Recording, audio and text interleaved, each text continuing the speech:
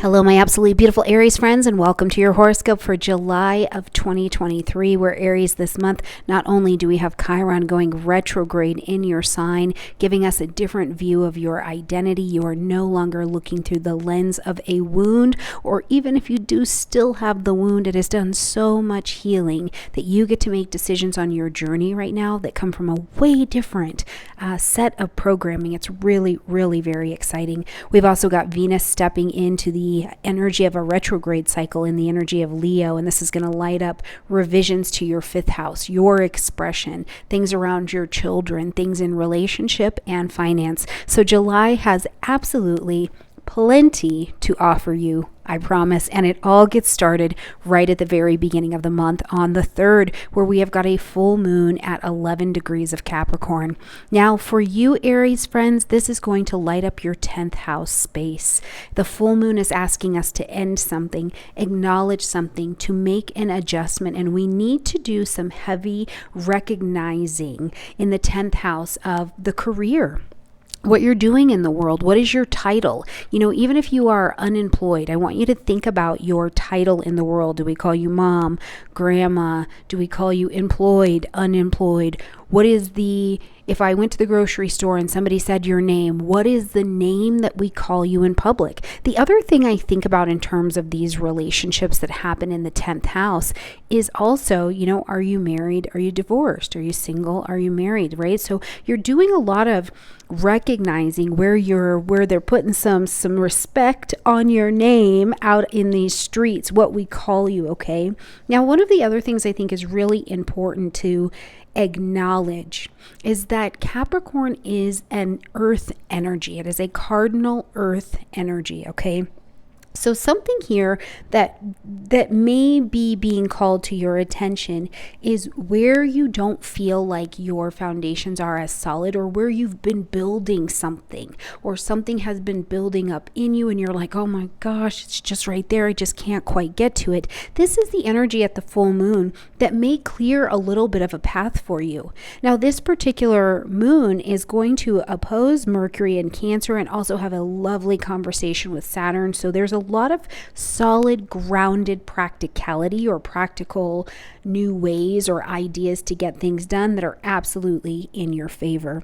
And to further help you get things done, especially on a day-to-day basis, on the 10th, we've got Mars moving into the energy of Virgo. This will light up your 6th house space. So day-to-day, mundane routines and schedules, okay? That's how I want you to think about your 6th house. Now, it's also your health and your wellness, including mental health and wellness, all right?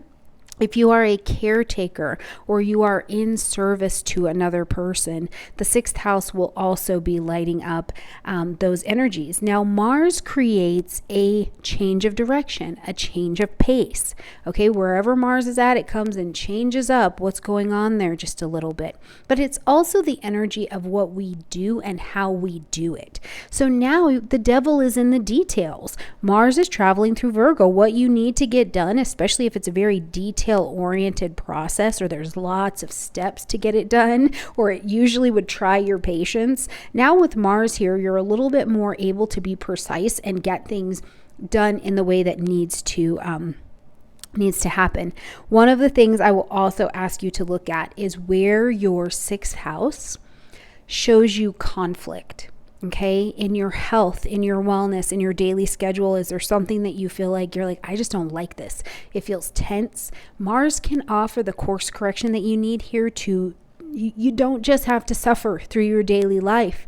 You don't have to do that. It can give you the courage, or it can create opportunity for you to take advantage, and hear me say that, take advantage of making changes you would like to. Just a day later, on the 11th, we see Mercury move into the energy of Leo, joining some Venus vibration over there. Now, this again lights up your 5th house space. So this is self-expression, joy, pleasure, play, where you feel confident and you're like, yep, this is all me. or where you want to stand out, your big love, your big heart, and certainly things for children or things around children, okay? Now, Mercury is going to zip through this Leo energy. It will be leaving on the 28th. So while it's here, first of all, share who you are, express your words, share your story, listen to your children. They may be telling you stories of who they are at this particular time, and it's counting on you to listen to their own ideas that they're expressing to you. It doesn't mean that, they're running the household or anything like that, but, they may have a convincing reason for why they're doing what they're doing. Now, I also think that it is a time that I want to remind you to lead. This is a fellow fire energy, so lead, okay? Fire leads. Fire's not sitting in the back being like, oh, is it my turn? Fire leads. So lead with confidence. Lead with some chutzpah. Be direct in what you're doing. And also, remember that because Leo is a fixed fire energy, that if you find yourself being really stuck or really stubborn and you're like, no, I'm not changing my position, or you just kind of can't get on board, relax those shoulders down just a little bit. And remember, fire doesn't just burn in one way. Those flames dance around. Dance with what's coming to you, okay, Aries? On the 17th, we've got a new moon happening at 24 degrees of Cancer, bringing your attention to home, your domestic life, things with your family, your parents, home, family, real estate, property, your roots, getting grounded. Now, this particular moon is opposing Pluto.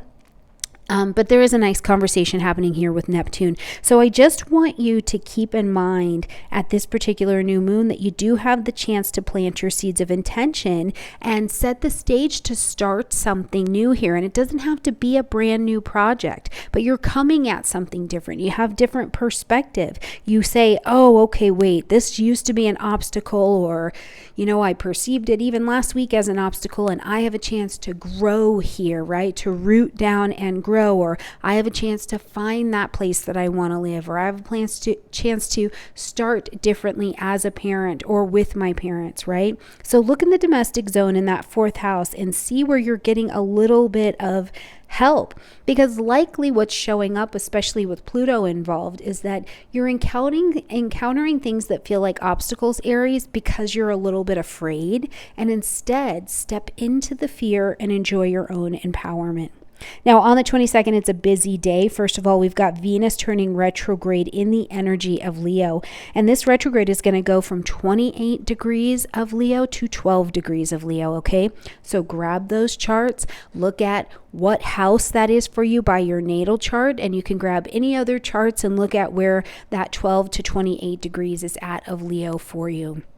Now, as Venus is taking this retrograde, again, this is in the Leo energy for you. So the 5th house, something you need to express. And one of the things I really think of for you, Aries, is like, what is that thing that's been a hobby, or it's been this thing that it's like, it's right there and I can't quite get it to actualize. And this is the opportunity you have to say, okay, let me stop. Let me do a major rehaul and reassessment of what the value this is, or what I want to have in my life, and the personal relationships that I'm connected to that can help me have that. With my children, 5th house, right? Where do I need to do a reassessment of where we can be connected so that they have what they need? Where am I doing something major with my finances that also pulls in something around my children? Now, listen, I know it's the 5th house, and this is also a house of romance. So truly, a Venus retrograde is phenomenal for pulling back people from the past, even if it's just a memory, or, if there is something about someone in your past that it's not that you want to go back to them, but there's something about who you were, how you were, circumstances at that time that you are finding that you're like, I'm craving to go back to that because I left it back there. Go back to 2015 in your your life? What did you leave back there? What something did you want to take on and you couldn't do it at that time? And now this particular Venus retrograde cycle is coming to bring a healing to that, to call you back to the table and say, hey, do you still want it? Because it was the most natural thing for you to want that at that time. Let's go get it. Take a look back in your life and in your chart. Now, the other brilliant and beautiful thing we've got going is that the sun is going to move into Leo. So you see this fifth house is absolutely lit and you are motivated to go about it. One of the other things I keep hearing as I'm doing this forecast for you, Aries, is noise. It's like not just noise, not just ruido, but it's laughter. It's laughter, there's noise, there's music, it's busy. Whatever this is for you, it feels like this is the season where some of this is intensely kind of coming into your life and it's very enjoyable. Maybe there's a wine and a cheese and there's laughter.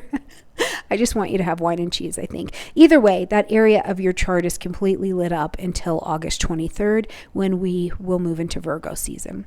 On the 23rd of July, we have got Chiron taking its retrograde in your sign.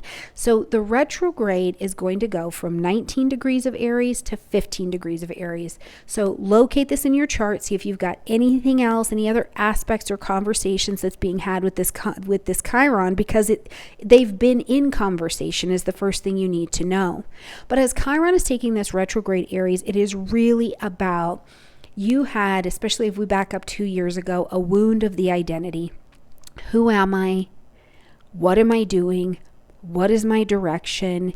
Is this all there is? These are the kinds of questions that the wound of the identity was really kind of bringing up at that time. And since then, the Chiron work, digging through that wound, finding who you are, having people, places, and things come into your life, probably a fair amount of people come into your life and put some pressure on you or put some guidance on you that has kind of woken you up. You were shaken, not stirred, and it hurt. This is the thing about Chiron. It's not always helping us get to the other side of that wound by holding our hands and staring deeply into our eyes. Sometimes a person comes into your life and they're like, you aren't doing it.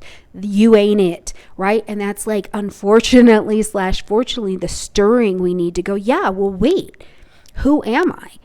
Right? I've been like a little lump on the log for a minute, but who am I and who am I ready to be next? So as this Chiron is going retrograde, first of all, you have this new identity in place. It's coming. It's right here, right? You might not have it crystal clear just yet, Aries, but it is absolutely not what it was even last year. So this is a great time for you to reassess where you are on your insides, in your belief, in your daily programming and talking that you share with yourself. And for some of you, I even think if this is like some kind of like physical program that you're bringing into your life, maybe it's a workout program or a coaching program, this is a great time to go back over that, review that, and make sure it's healthy, because you're not seeing it through the lens of the pure wound anymore. You're doing it through the lens of the wound that is healed a bit, okay? Now, as we're going to close out this month on the 28th, we see Mercury, who has just, let me tell you what, flown through Cancer, flown through Leo, and is about to fly through Virgo, but not really, because it's going to retrograde, so we'll get much more time with Mercury in Virgo. But Mercury does move into the energy of Virgo on the 28th, and it will be here all the way until October, okay? As Mercury's traveling through Virgo, this is again the 6th house space, so busy. Mars is over here as well. Now you've got your thinking, Mercury, your action, Mars, all on the same page to get things done in a very detailed, precise, precision-oriented kind of way in the energy of Virgo. So as you are here at the end of the month, I want to tell you, gather information, share useful information, gather useful information to get done what you need to get done. Oh my gosh, Aries, this is so good if you got to do paperwork. This is the if you have to do paperwork. You really want Mars and Mercury traveling together over here in the energy of Virgo. Now, this is also an energy that I think can make you a little sharp if you don't pay attention, and not sharp, but it can make you a little curt with people where you're like, nope, I don't care how you feel. I just want the facts, right? So just remember that, yes, that may be true. You do want the facts and just the facts and nothing but the facts because you're trying to get to the bigger picture and get things done. But maybe try not to cut people off at the knees because that's really not good for the relationship work either. All right, my absolutely beautiful Aries friends, I hope you have a gorgeous month, and I look forward to connecting with you as we travel through July. I'll be with you every week, and of course, I look forward to seeing you in August. Bye, Aries.